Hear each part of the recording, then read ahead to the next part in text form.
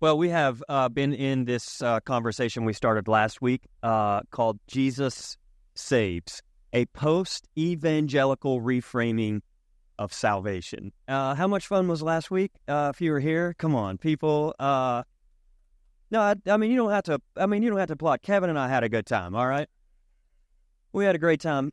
If you missed last week, or you just this is your first time here, so you're like, I haven't even heard the series. Last week we opened the floor, and many of you shared. And thank you for sharing. You can go back online and watch and listen.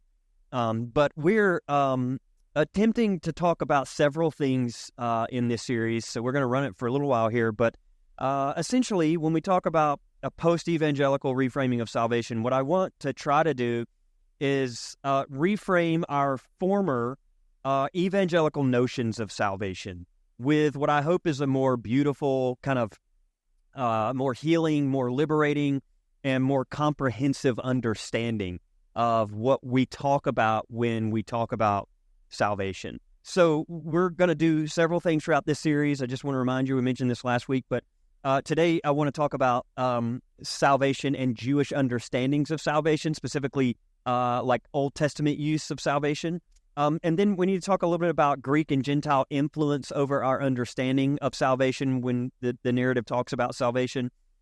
We need to talk about, and I'll do this in a couple weeks, the ultimate childhood wound. We can talk about original sin, original goodness, that word repentance. We can talk about that. Liberation, we'll talk a little bit about that today. We can talk about the sinner's prayer, which we'll get into, I think, on Easter. Easter, I'm going to do the sinner's prayer and universalism on the same Sunday. So it's going to be family-friendly, all right? And I hope that you come. And it's going to be the best news ever, all right? Like, I was like, well, what am I going to share on Easter? I want to share the best news ever, all right? So we're going to talk about that then. We need to talk about John 14:6, is Jesus the only way? Because Christianity can be really exclusive. Because I was always raised like, unless you were a Christian and you had to do certain things to become a Christian, you were literally the only ones that could get to God, the only ones that were actually going to heaven, right? Like that was kind of the idea. So we need to talk about that. It's John 14:6. Oh, John 3:16, we might get to that one. We'll throw that one in somewhere down the road. And then the big one, we need to talk about the Great Commission. Have you heard this phrase at the end of Matthew? We need to talk about missionaries. I actually just finished writing it up this week, so that'll be I don't know, in a couple years from now, but we're going to talk about the Great Commission because I want to share with you a story about a missionary who was killed just recently, and we need to talk about it because he's been kind of marked as a martyr, and I would argue there's a lot of discussion to be had about that. All right, so we can talk about the Great Commission and colonization, and then what it means maybe for us to learn to not just deconstruct our faith, but here's a word for us, decolonize our faith. All right. Does that sound like a good time? All right. I'm here for it. I don't know if you are. It is much better when you're with me. All right. But I'm here for it. All right. So here's what I want to do today. Now, last week, I didn't even crack the Bible open. And some of you are like, I am offended. All right. So here's what I'm going to do today. I'm going to double the Bible. Do you know what I'm talking about? Like, I'm going to give you double the verses. I'm going to give you double scripture, double Hebrew, double Greek, double everything, all right? That way it can make up for you not feeling like a Christian last week, all right? So I'm going to give you all of that, all right?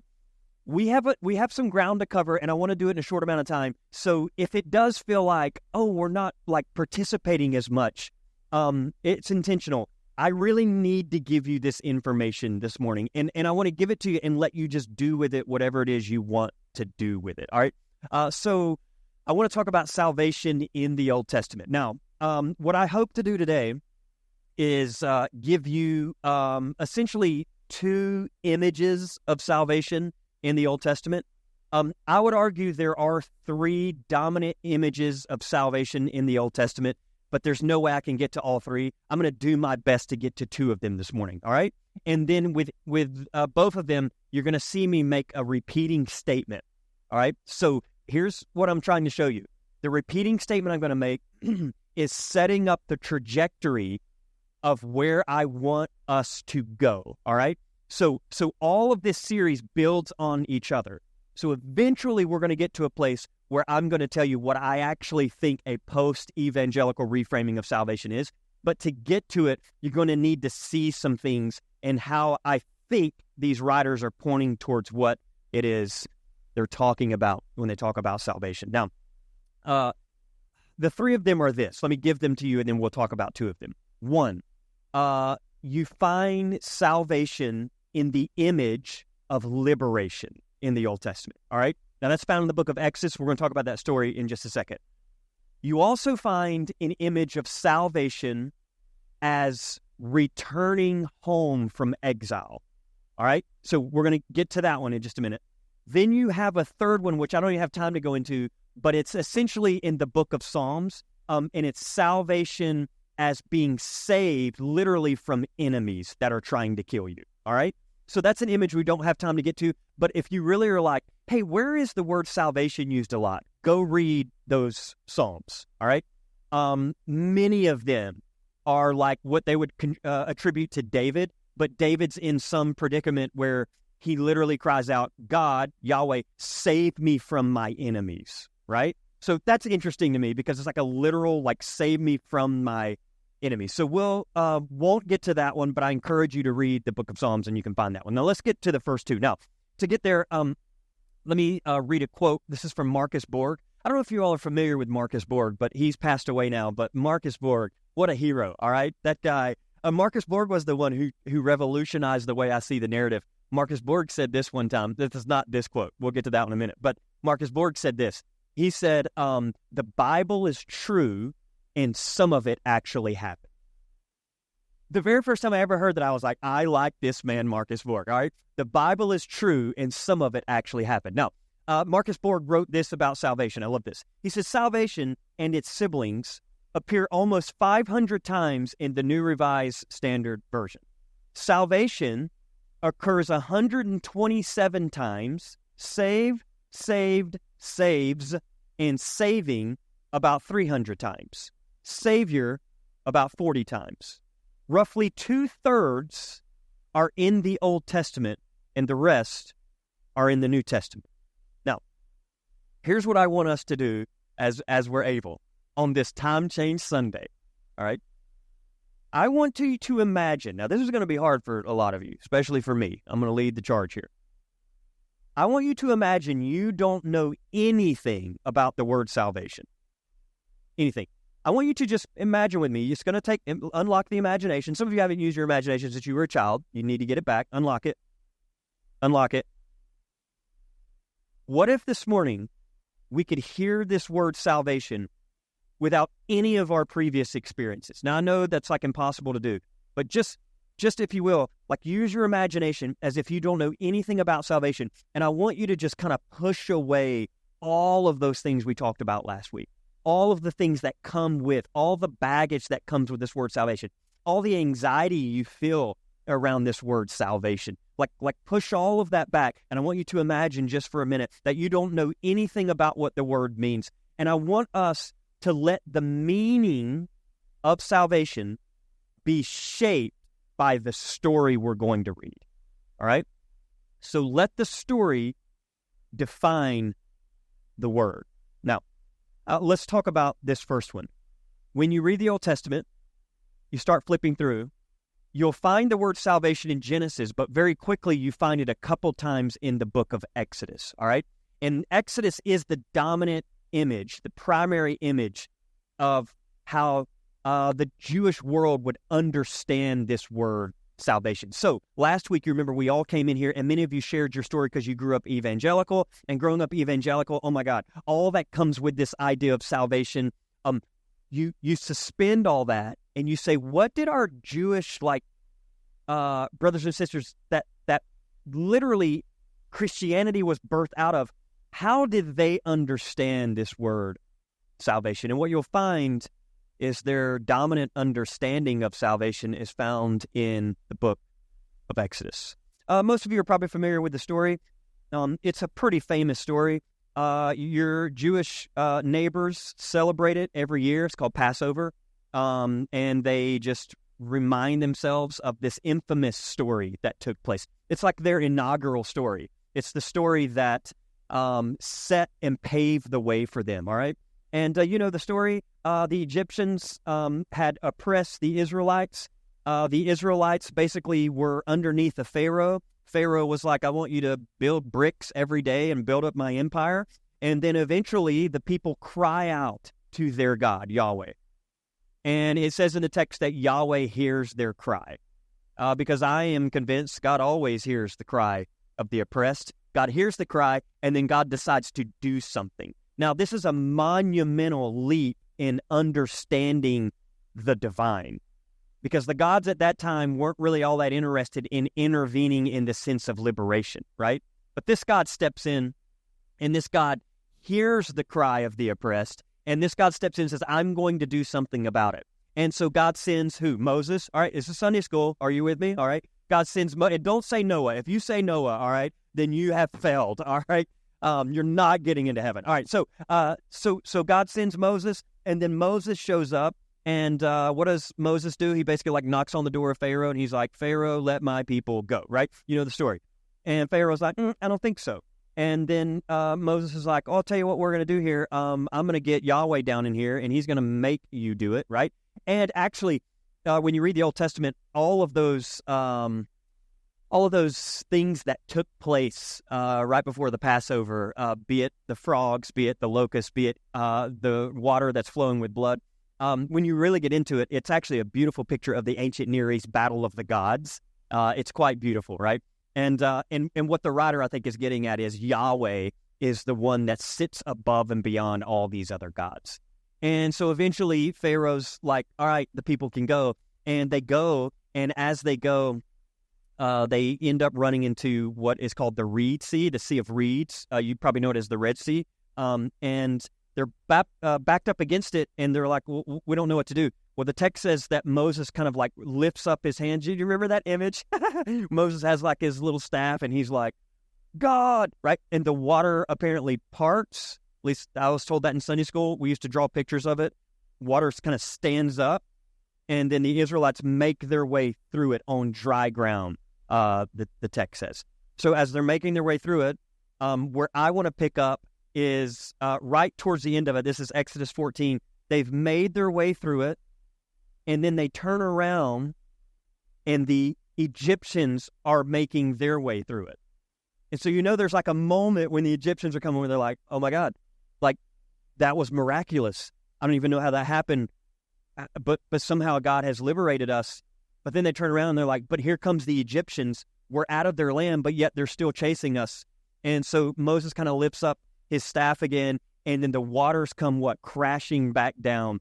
It's great for your 4-year-olds. I mean, they're loving this story, all right? Drawing pictures of it, like, what happened? Yes, the divine destroyed them all right? So that's actually what you're going to read right here, right? So this is Exodus 14, verse 30. Thus, the Lord saved, there's the word, Israel that day from the Egyptians. And Israel saw the Egyptians dead on the seashore. Israel saw the great work that the Lord did against the Egyptians. So the people feared the Lord and believed in the Lord and in his servant Moses. Chapter 15, verse 1. Then Moses and the Israelites sang this song to the Lord. I will sing to the Lord, for he has triumphed gloriously. Horse and rider he has thrown into the sea. The Lord is my strength and my might, and he has become my, what? Salvation. There it is. There it is. So right here in 1, 2, 3, 4 verses, you get the word, the Lord saved Israel, and that Yahweh has become their salvation. Now, it's very simple, yet also very profound. The primary image of salvation in the Old Testament is first and foremost the image of liberation. The word salvation used here is the word Yeshua, which literally translates deliverance or victory or rescue or liberation. When I say the primary image of salvation is liberation, I mean actual liberation. Our Jewish brothers and sisters understood salvation as liberation. Liberation from economic bondage.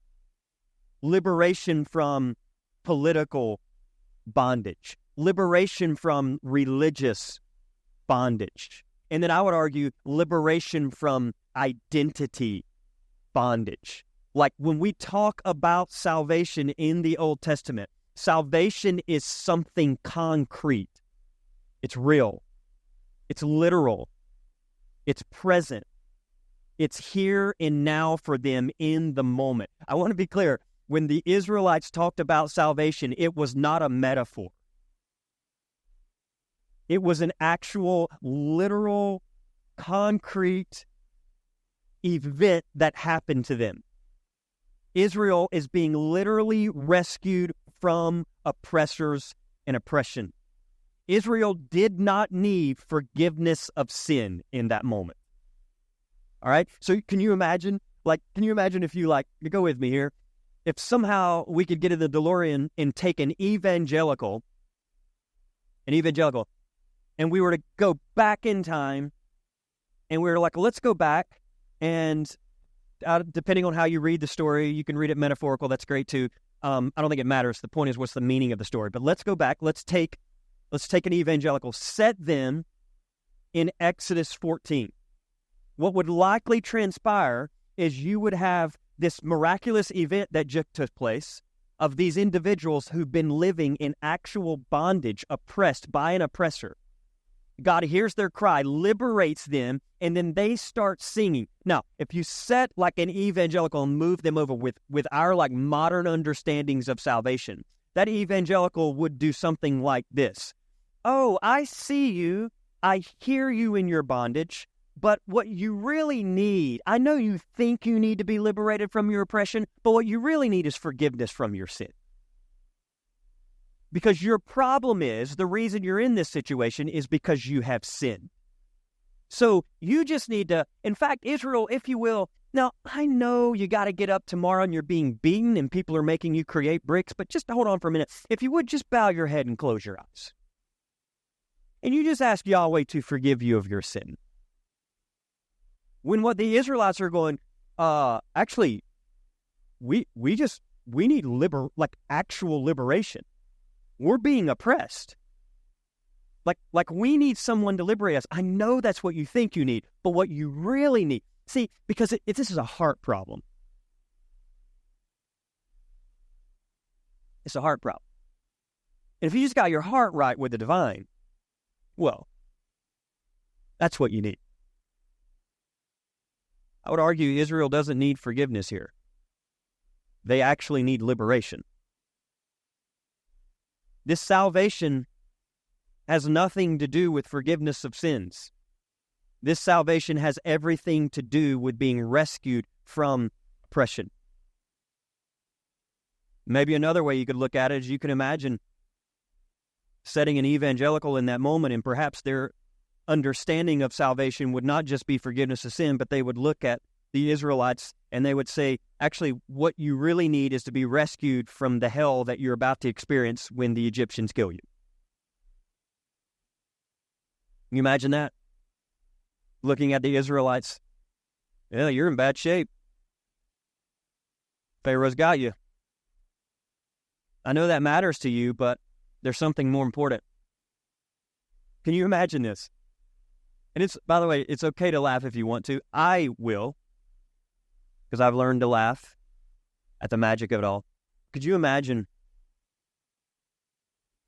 I just feel like in my former evangelical days, I would have held a rally for the Israelites and offered snacks so they'd come. And I would have gathered them and be like, it's come to my attention that you all are being oppressed.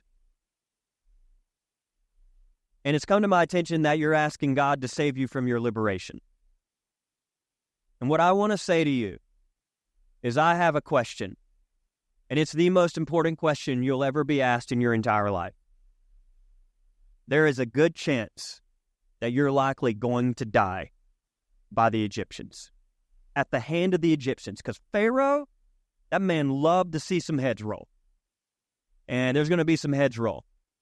And you're likely going to be one of them. So, if you were to die tonight, do you know for certain you're going to heaven? Because what's more important than your liberation is the afterlife. And I need to make sure that you know, beyond a shadow of a doubt, Israel, that you're going to heaven when you die. Do you think the Israelites are like, now that's good news? Now that is good news. Yeah, I don't think so. I don't think so. I think what we're getting at here is that this salvation has nothing to do with the afterlife. And first of all, in the ancient Near East, they didn't even believe in an afterlife. There was no afterlife. We've talked about this before. It's Sheol. It's just the place of the dead. It's where you go. You stop existing.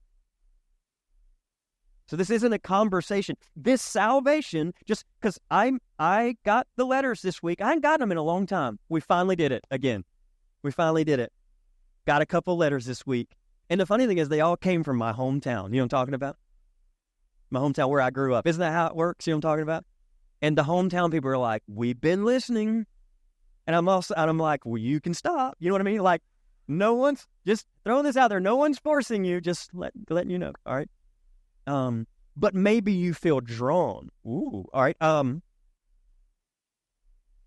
want to go too far, but maybe that's the Spirit. I don't know. You gotta get more. Yeah, we're gonna get more. But really set back by this conversation we're having. And the good news is I didn't really talk a lot last week. You all did, so they're mad at you. All right. You heretics. What have you done? Yes. But it always fascinates me how the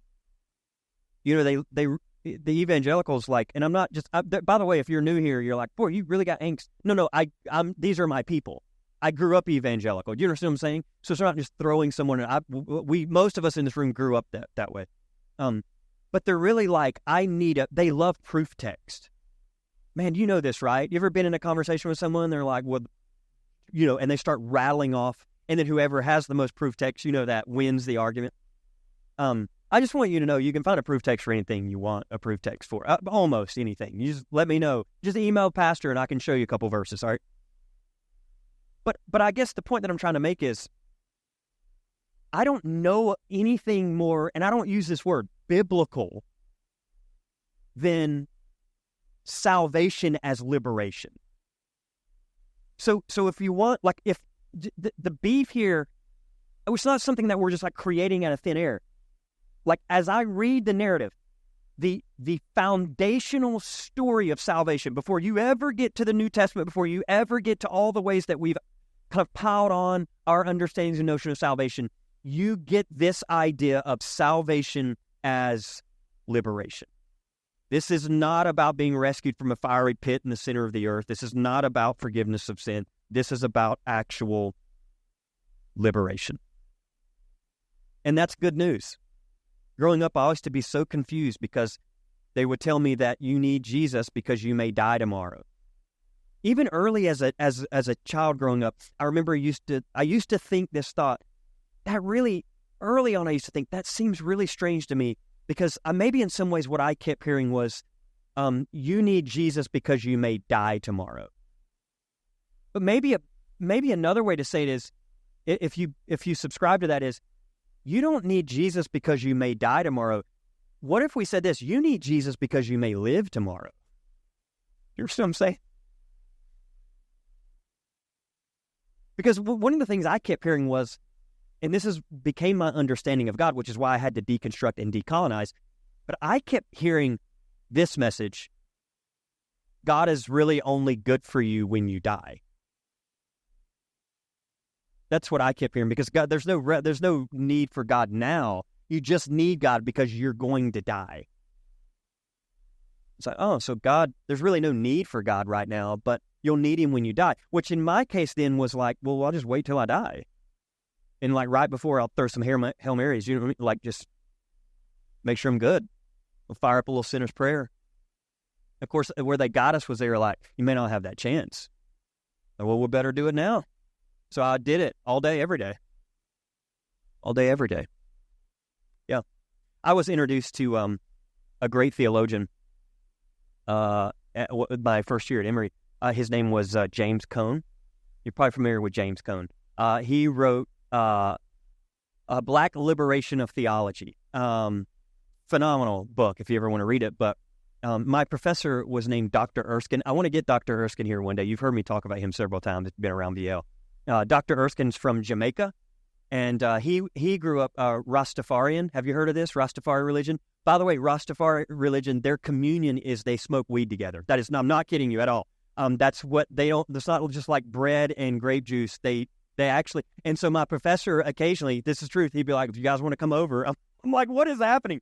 This is not a Christian school." You know what I mean? Like, amazing. He would always laugh, and he's an older man, and he just had that smile about him. He was like, "You guys up for communion?" I'm like, "You've already had communion." You know what I'm talking about? Oh, he's a beautiful human. He's a beautiful human. But just shout out to Erskine, all right? But I took Erskine. He's the only professor I took twice because he was that good. And Erskine, somewhere in the early days, he's like, Pastor Cody. He used to always like, Pastor Cody. He's like, "Have you ever read James Cone?" I'm like, "Never. I never read James Cone." And he was so excited. He's like, "You got to read James Cone." And so we got his book. Oh my God, this man. Oh man, if you need perspective that's not white and male, oh my God, he will wreck you. All right. But he wrote this. I love this. I went back to his work and started reading James Cone. James Cone said this: "Salvation then primarily has to do with earthly reality and the injustice inflicted on those who are helpless and poor. To see the salvation of God is to see his people rise up against its oppressors, demanding that justice become a reality now, not tomorrow." That's it. That's it. Now, somewhere along the way, we spiritualize salvation, and my theory is that comes from Greek philosophy. My theory is that salvation as an afterlife is a result of like Gentile influence along the way. I mean, think about it. Hundreds of years after Jesus died and didn't come back like they thought, what were they going to do? I'll tell you what they did. They started making sense of salvation in an ethereal sense rather than an earthly sense. But it's like these writers are reminding us, when they talk about salvation, they mean actual liberation. And so maybe salvation for those who are hungry and thirsty is not about say a prayer so you can go to heaven. Maybe salvation for the hungry and thirsty are actually food and water. And I would be remiss to tell you that it does not move me to some sense of grief and to some sense of forgiveness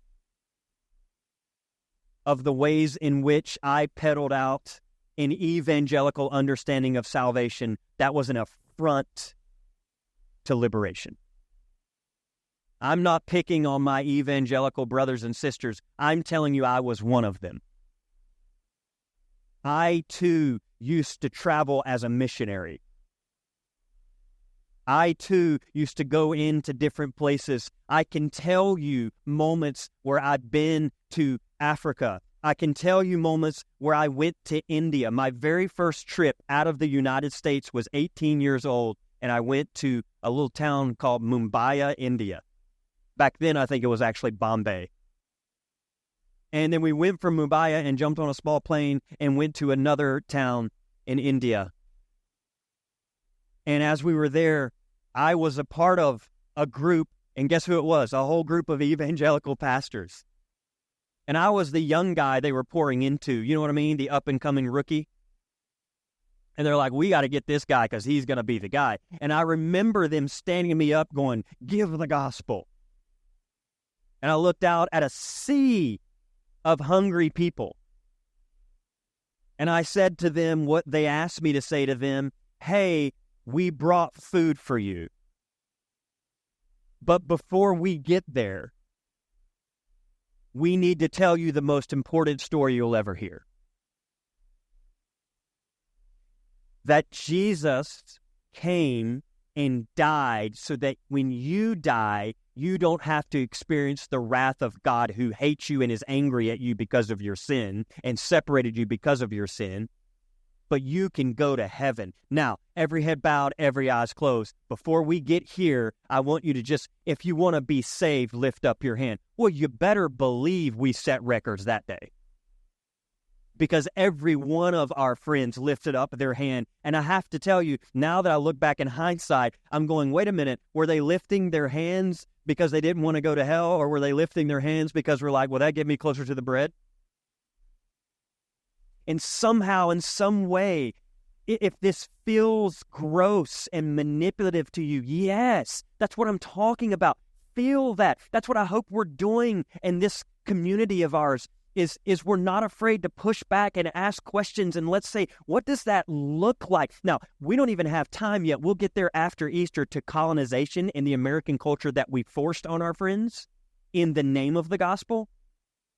But before we even get there, there's a part of me, and I got to be honest, if I haven't had new awareness and understanding of the divine, because I don't think the divine is angry at anyone, my heart would be on the ground going, God, have mercy on me at what I did to actual human beings.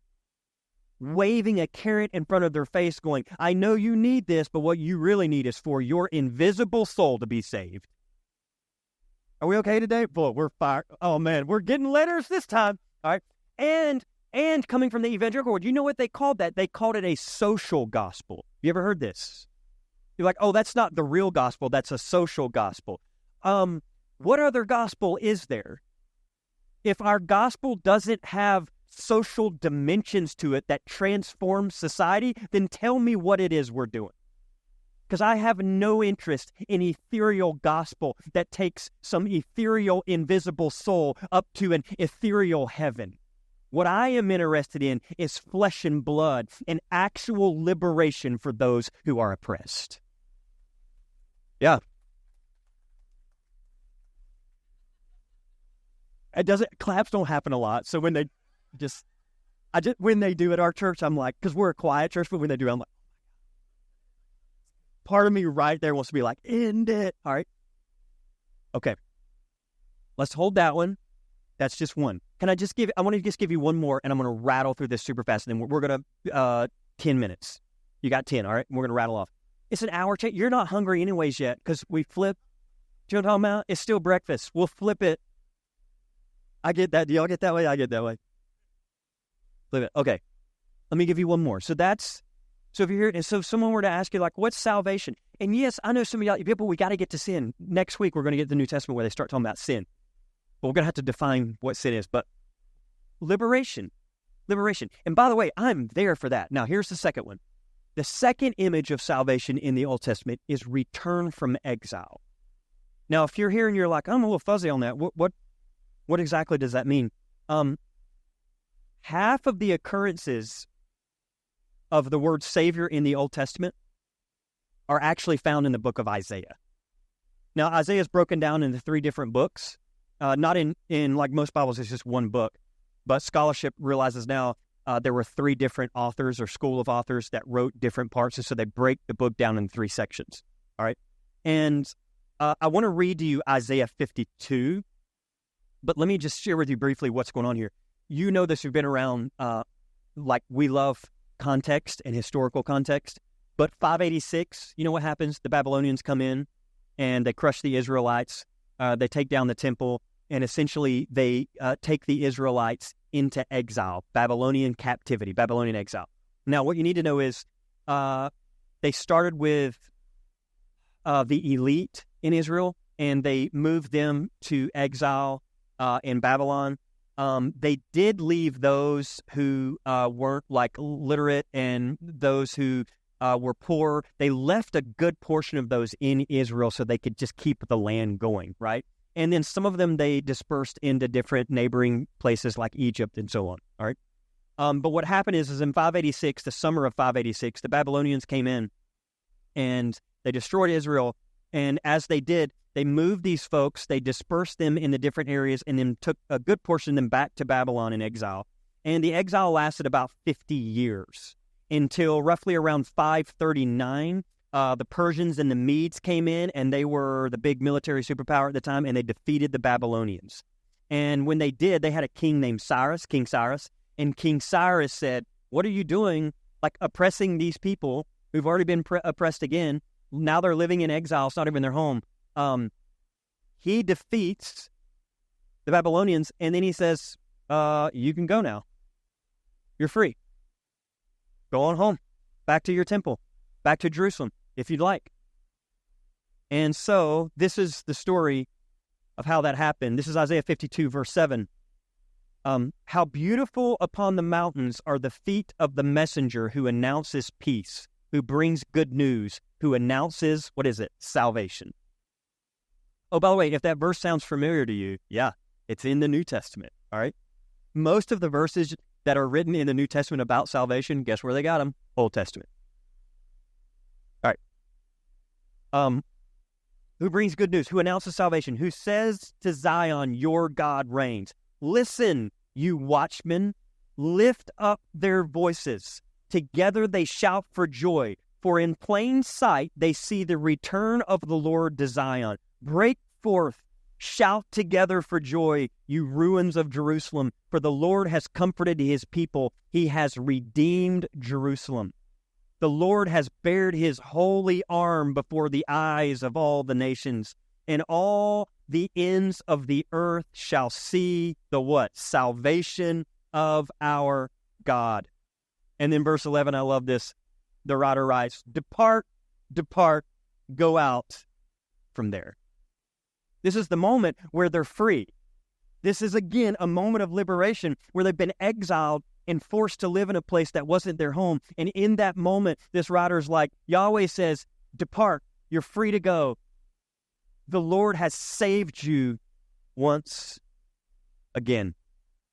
This is good news, like actual good news. Now we have to ask, is eternal conscious torment the problem here? No. Oh, some people may say, yeah, but sin was the problem here. And I do need to say something. The Deuteronomistic historian, the writers who wrote the book of Deuteronomy and that theology that you see spread out, they actually do say that part of the cause of the reason they were in exile is because of their disobedience to Yahweh. Now, pause that, because we are going to get to that. We're not a fuzzy, like, liberal side church who just avoids sin, all right? Oh, no, not Vinings Lake, all right? We're going to go right into heart of sin, and we're going to acknowledge our own sin, all right? And all the ways that we might have missed it, all right? Now, that said, I want to say to you, in this moment, sin is not what Israel needs saving from. It's literal exile they need saving from.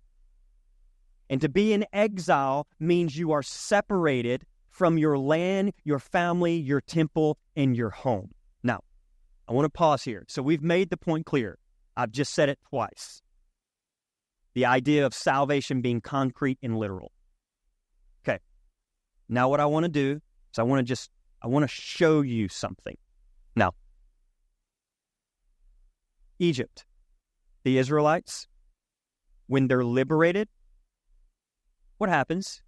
They go into the what? Wilderness. As they go into the wilderness, what's one of the first things they do? They end up at Mount Sinai. You familiar with Mount Sinai? It's where Moses goes up to the mountain and he gets the law, the Torah, you know. He gets this, oh my God, the 10 Commandments. He comes back down.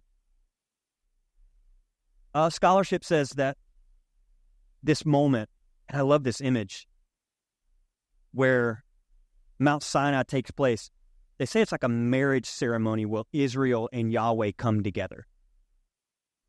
And they say that's the way you see the 10 Commandments is like a good Jewish wedding, because you swap names as well. It's like God is trying to show these Israelites, hey, you don't have to go through a mediator. The divine comes through Moses, but then eventually the divine actually speaks to the people. And it's this image of the two of them coming together. And what does the divine say to Israel? Now, here's what I want to show you, because it's going to come in handy next week and then the week after that, and then it's going to help you on Easter too, okay? What does the divine say? Exodus 19 says this, out of all the nations you will be my, look at this phrase, treasured possession. All the whole earth is mine. You will be for me a kingdom of priests in a holy nation. What is the divine doing here? The divine has liberated them, and now the divine voice is reminding them of who they always and are currently have been and are. The divine is saying, you've probably forgotten because you've been in bondage. But I want to remind you that you are a kingdom of priests in a holy nation. See, this is what happens when you're oppressed in Egypt for a while. You ever been told who you are and not actually had the option to say it yourself? Has anyone demanded that you are something or someone that you know doesn't feel true to you? They were reminded daily of their own worthlessness. Each brick was a reminder of who they were, slaves in the hands of a powerful being. That's the thing about Egypt. Egypt can destroy a soul. When you're a slave, you forget you're made of what God is made of. You forget your own goodness because you hear only of your own depravity. Slavery is a fundamental inhumane condition, and being owned and treated as property robs people of the dignity and honor of being human. And so in that moment of being robbed of that, it's like the divine knows what these people need to hear more than anything. Yes, they're liberated. But even after their liberation, it's not, got good news, you're going to heaven. No, even after the salvation, it's like God says, if I got one shot at speaking to these people, what do I want to tell them? I just run in to remind them that they are deeply sacred and it's good to be them. Okay? Hold that. Central to salvation as liberation includes an affirmation of inherent goodness. I need you to hear that because that's going to come in handy. All right? Central to salvation as liberation is an affirmation of inherent goodness. Now, let's go back, all right, to Isaiah. Same scenario, in bondage, in exile. What is it? God hears the cry through King Cyrus. The people go. Depart, depart. Now, when you have been in exile, this means you are separated from your people, your temple, your land, your family, your home. And so the question has to be asked, who is Israel without a king, without a land, without a temple? How do we maintain Jewish identities in a non-Jewish environment? This is what this group of people who were called out, these are the questions they're asking. When you are dispersed in exile, you are asking fundamental questions about who are we now? Because I don't know. So what did they do? Well, as a group of people living in exile, they start realizing, well, to maintain our Jewish identities in these non-Jewish environments, we need some things. And so what did they create and what did they go back to? They're like, well, here's one way to know who we are, circumcision. This is why when you read the entire Old Testament, you hear things about circumcision. When you get over to Paul, which is where we're headed to on Easter, we're not going to talk about circumcision on Easter, but when we get to Paul, you will see a lot about circumcision. Isn't that interesting? It's like somewhere in the midst of all this is where I'm going. Hang with me. Paul of all guys. Again, I'll say this, of the 7 contributed letters to him that we know, we believe beyond a doubt, these are letters written. Of those letters, what you will find is a lot of salvation talk. But right in the midst of that salvation talk, you will also find right up against it circumcision. What is he getting at here? Hang with me. My God, you all are A students because you're going to get this in 2 weeks. It's going to come back. There's something about salvation and identification that go hand in hand. It's like Paul could see that. And so these people are living in exile, and they're like, well, here's one way we know it's just us. Circumcision, if you are a part of the Jewish tribe, our group of people, God's chosen people, you'll know you'll be marked. You'll be marked. Circumcision. And I couldn't imagine how difficult that would be before medication I mean, I have done some studies. I wrote a paper about this one time. How that happened, you can just let your own imagination go. But I'll tell you this, it involved a rock. You're welcome. You're welcome. All right? Like I had to do work on this. I'm like, oh, that's interesting. What is that? That's initiation. That's a rite of passage. You're a part of our people. You're a part of the group. And sometimes initiation, it goes all the way back to there's some pain involved in initiation. Yeah. That's all right there, all in the Bible. Old Testament, New Testament, you'll find that. What else? Because if you're female, you're like, well, I'm out on the circumcision, all right? So how could they? Well, you start having, Passover was one. If you're a part of the group, if you're in, then you will regularly remind yourself of the story of how, check it out, we were enslaved and then saved by Yahweh, liberated. Let's just keep sharing that story. That's a part of it because we've lost our identity. And so we got to keep reminding ourselves of this. Oh, another thing, the temple. If you're a part of this group, then you're going to gather regularly and we're going to go to the temple to meet Yahweh, the divine. Oh, one more thing. I think we need to collect our stories somehow. So what could we do? I got an idea.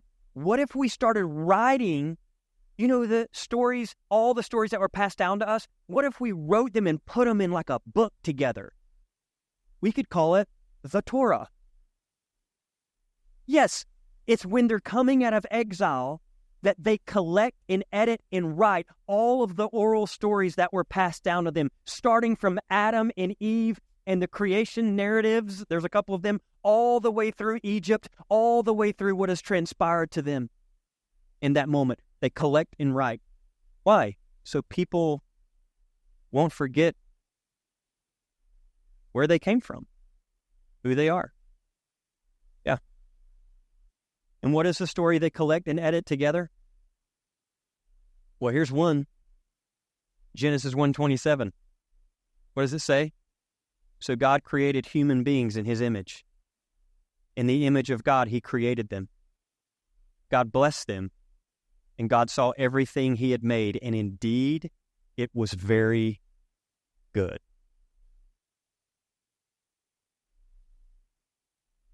It's hard for me not to share 3 sermons from now.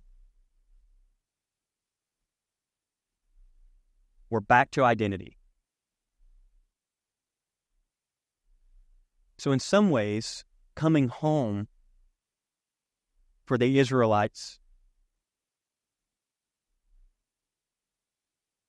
was going back to their starting place. It was going back to their essence.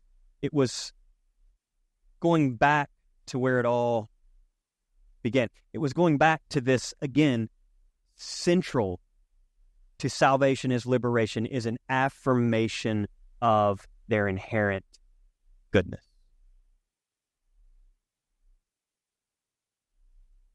Now, let's just, how about this? Because it's been a lot of teaching. It's been a heavy teaching topic. I say that all the time. Katie was like, everything you do is heavy. She told me that the other day. I was like, what does that mean? And then I try to not be heavy. I'm like, you want to go play? You know what I'm talking about? And she's like, that's weird. That's not you. All right. I was like, well, we could play heavy. I don't know. But she's like, it's heavy sometimes. And so I want to be aware of that. And I know it's a lot of like, just, me talking today. So let's close it here. Now, it's important that you heard all of that, right? So salvation is liberation. And then salvation is return from exile. These are the ways that our Jewish brothers and sisters use this word, salvation. But if you flip to the New Testament, you find a story that is extremely popular. And even if you're in this room and you didn't grow up in church or even were around church, it's likely you know 2 passages, the Lord's Prayer, and it's likely you know the story of the Prodigal Son. You heard that story before? Now, here's what's interesting. Of all the stories in the New Testament, scholarship says the only story we have in the New Testament that we are without a doubt, like 99.9% confident it actually came from the historical mouth of Jesus, is the Prodigal Son. Now, I find that really interesting. A lot of scholarships like, we don't know about a lot of the other statements. Are they from different people that put it in the mouth of Jesus, or did Jesus actually?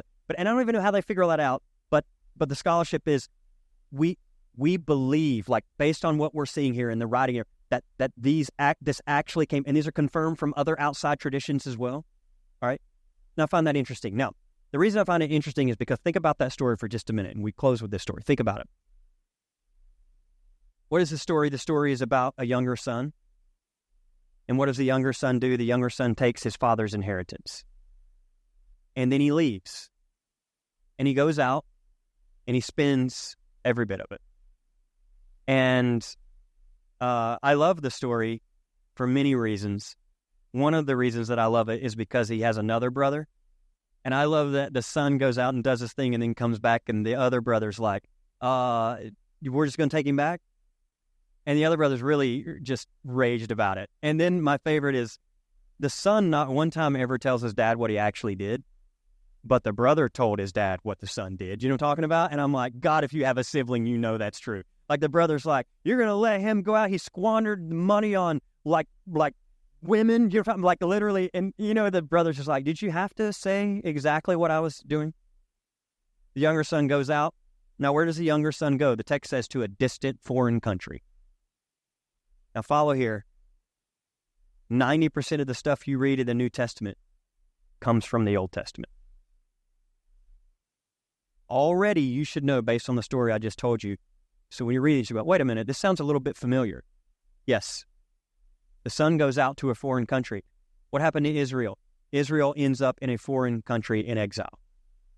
Now, he becomes so miserable that he finds himself in a pig pen, which in Judaism, pigs are the definition of unclean. See, you're getting the image that the writer is giving us here. And then the text says something interesting, that he comes to himself. He comes to himself. I would probably use the word awakening. Epiphany. He comes to himself. He wakes up. And then the text says that he resolves to return back home. And so he's away in a foreign country. He wakes up and he begins to make his way back home. He returns from exile. He returns from home, returns back to home. And what I love about the story is on his way, he starts thinking about what he's going to say to his dad. And as he's on his way, he starts making and crafting his own confession. I like to think of that as his sinner's prayer. He's working through it. Here's what I'll say when I get there. Dear God, Dad, forgive me of my sin. Come into my heart. Be my Savior. Save me. Like he had his whole pitch down. And then what does the story say? I love this. The story says that as the son gets toward the house, the father is filled with compassion and rushes out to meet him. And the son doesn't even get the opportunity to share the confession that he wrote up, because the father's not interested in it. The father is not interested in his prayer. The father rushes out to meet him and embraces him. And what does the story say? That he says, get the robe, get the ring, and get the sandals. And what was a part of the pitch that the son was going to say? This is so interesting to me. The part of the pitch that the son was going to say was, I messed up. I'm no longer worthy to be called your son. That's what he was going to say. I'm no longer worthy to be called your son. That's a statement of identity. And what does the father do? First of all, it's good to note the Father's not pissed. I guess we can say that because I just did. All right. I know my wife's like, I don't like that word. I know. Well, I'm sorry. It's good to know the Father's not angry. That's not anywhere in the story. Nowhere in the story does the Father like taking off his belt like you wait till you get here. Nope. What you find is the very essence of the Father figure is just sheer love. I'm telling you, the Father doesn't even need his pitch of asking for forgiveness because the Father is innate within the Father is sheer forgiveness. It's nothing the Father needs to do. Now, the Son might need it for his own conscience, but he's good and has always been good with the Father. God, that's good news for me. And I suppose for you too. And the Father rushes out.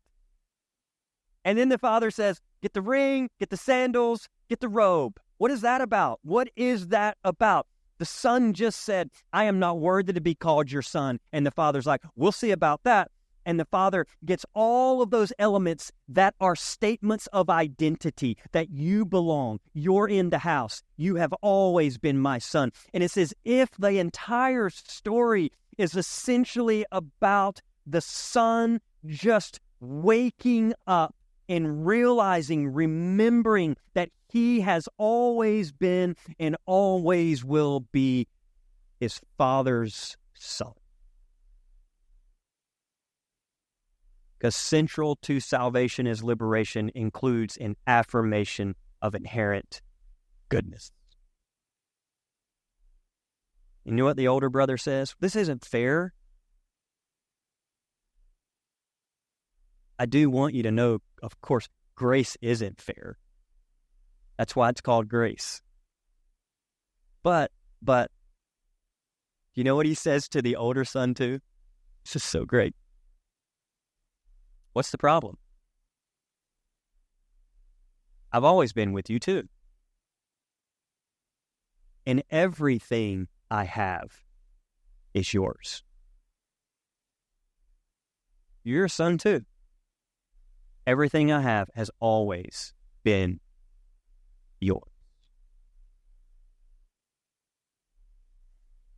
So somewhere in the midst of all of that, salvation is liberation. That somewhere in the midst of it, every time that liberation happens, it's as if there's an affirmation, a whisper of affirmation through some prophet, through some leader, that just says, I want to remind you that you've always been a son, daughter, child of God.